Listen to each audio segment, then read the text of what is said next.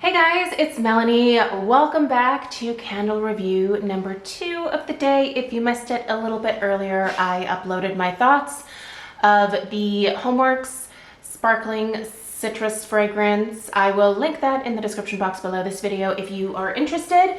But in this review here, you probably can't tell what brand we're reviewing, but this is GlassHouse. Obviously, she's wearing a tinfoil hat. We'll get into all that here in a second. I have to keep this on for the time being in just the minimum hope that maybe the candle will at least stay lit during the review. I'm just gonna warn you guys right now, this is not gonna be a super positive experience here. At least with this particular scent. I've had a little bit better luck with the other fragrance, which is called a Taha Affair. That one has a vanilla caramel fragrance to it. Funnily enough, oddly enough, I don't know, whatever enough. I actually prefer the burn of the other one, but dislike the fragrance. And here, I love the fragrance, but I'm really disliking the burn. So I am not 100% sure at this point where I stand with GlassHouse, but I do want to just run you guys through my experience here burning the candles, or at least trying to burn them for the last couple of weeks. I'm just having a heck of a time, and the more comments that I see on my original haul video of these candles, the more I'm like, oh yeah, so like this is the norm for GlassHouse, which I was not entirely aware of. I mean, I had heard that some people have had some issues, but nothing quite as, you know, as tricky as what I'm dealing with here. So I purchased these candles from Skin Store because I have a discount code with them. And I don't know, I like saving more money, so I used that. I was able to save 25% on these. This one here is the One Night in Rio fragrance. And just because we are going to be now talking about the candle, I'm gonna go ahead and take the tinfoil hat off, but I am warning you, there's a good chance that either one or both of the wicks are just gonna like extinguish.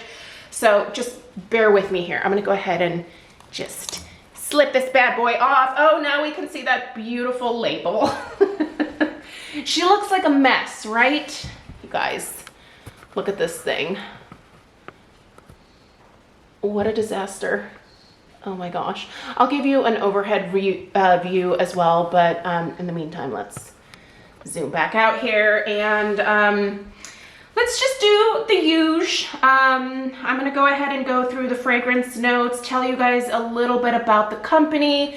Since this is my very first in-depth GlassHouse review, I feel like it's worth doing that, so please bear with me. What I have here is a 2-wick, 380 gram GlassHouse candle. This particular format here is obviously just a cylindrical vessel. It has a super nice little apothecary style lid here. Love the packaging. GlassHouse is based out of Australia. And I actually have family that lives down in Australia. My brother and my sister-in-law live down there near the Gold Coast. And oddly enough, Kim is constantly telling me about how they don't have any like fantastic candle companies down there. And several weeks ago, I was like, hey, have you heard of this GlassHouse? And she was like, yeah, they suck. I was like, oh, okay, never mind. I got excited because they were from Australia, and Kim is constantly telling me that, you know, she can't find good candles. And apparently she can't find any good ones from GlassHouse either. So I'm not sure where they sell these in Australia. I'm assuming boutiques. This one right here retails for $50, so that's the full price. Again, I got it for 25% off. Again, it's 2-wick, and this is a soy blend. I think that might be the problem. There's 2 problems here. I think there's a wick problem, and I think there is a soy blend problem. So yeah, they offer several different sizes. I do believe that they actually have different styles of containers as well, like in terms of different materials, if you will. So I don't know if I'm going to write this company off completely, or if I'm going to maybe try a different format for them in terms of materials for the container. Maybe the glass jars just aren't where it's at with this company. So, soy blend. Okay, I'm gonna read you guys the description here. Feel the beat of 1,000 feet dancing to the rhythm and laughter on the street. Ripe passion fruit, lime, raspberry, and orange keep you moving, electrified and enlivened to maintain the pace all day and all night with the city at Carnival. Carnival sounds like a freaking hoot. I'd love to go someday. If you've been, what's the experience like? Is it worth traveling down for Carnival? Okay, top notes, passion fruit and lime. So, just a heads up, I love passion fruit. Honestly, if something has passion fruit in it, like it's automatically gonna be a winner. And so just based on that note alone, and that it is a very prominent note, this scent right here totally rocks my world. Penny, knock it off. Penny. Penelope. I have some recycling by the door that she is super curious about, and she's about to make a real mess over there. All right, so passion fruit and lime. Your middle notes are the raspberry and the orange, and the base is kind of unique because it has rose and melon. I was curious to see how rose would play with all of these like other fruity notes. It plays quite well, just so we're clear here. I like the rose in here, and I can actually detect it. It is not a old-fashioned like tea rose kind of scent. I feel like it's a more modern take on rose. Really quite nice. So what pops out to me when I stick my nose over this candle, and when I'm smelling it on cold sniff, because that's honestly really the only time that I can smell it, is the passion fruit and lime combo. So good. And the lime is nice because it's not necessarily lime zest. It's more of a, hey Penny, you wanna knock that off? Okay, hold on guys, sorry.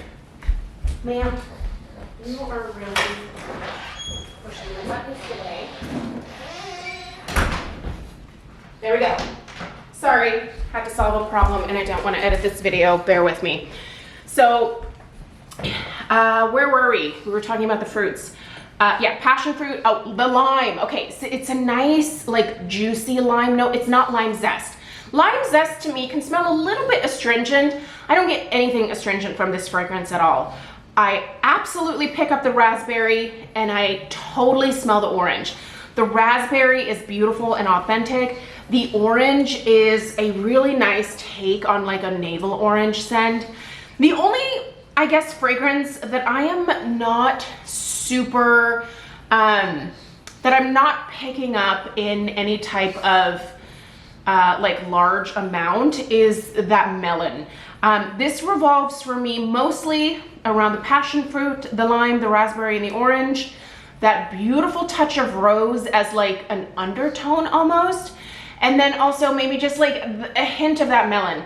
But I have to be standing over the candle to really get much of that melon note. So there's that.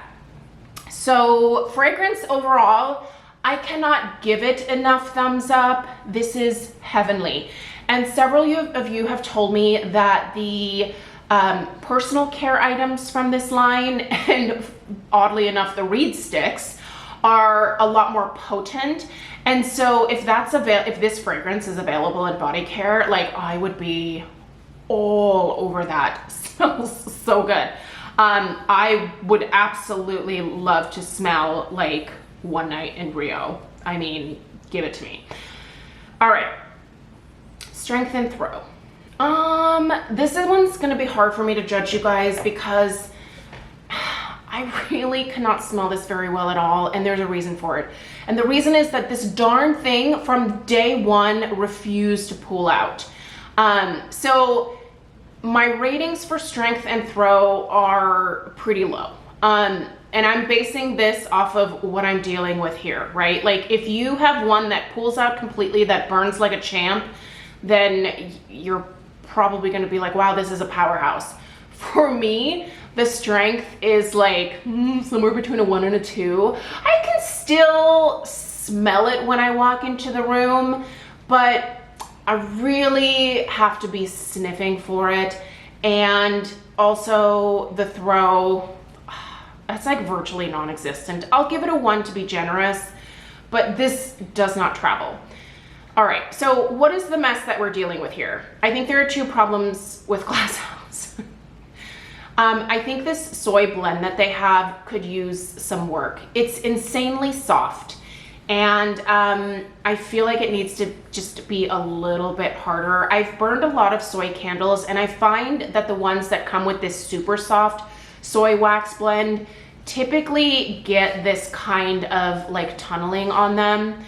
Also, these wicks are atrocious. They are so thin, and they literally, you guys, they curl in on themselves.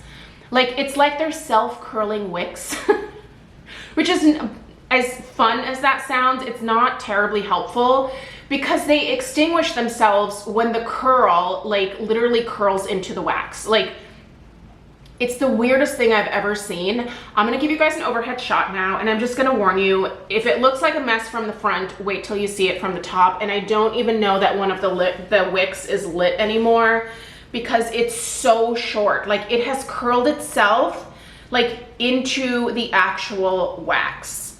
I've tried pouring wax out. I've tried soaking wax out with a little bit of a cotton ball type effect, and I am being as gentle as humanly possible because I'm trying to salvage these wicks and I cannot do it, you guys. So let's take a peek here. Are you?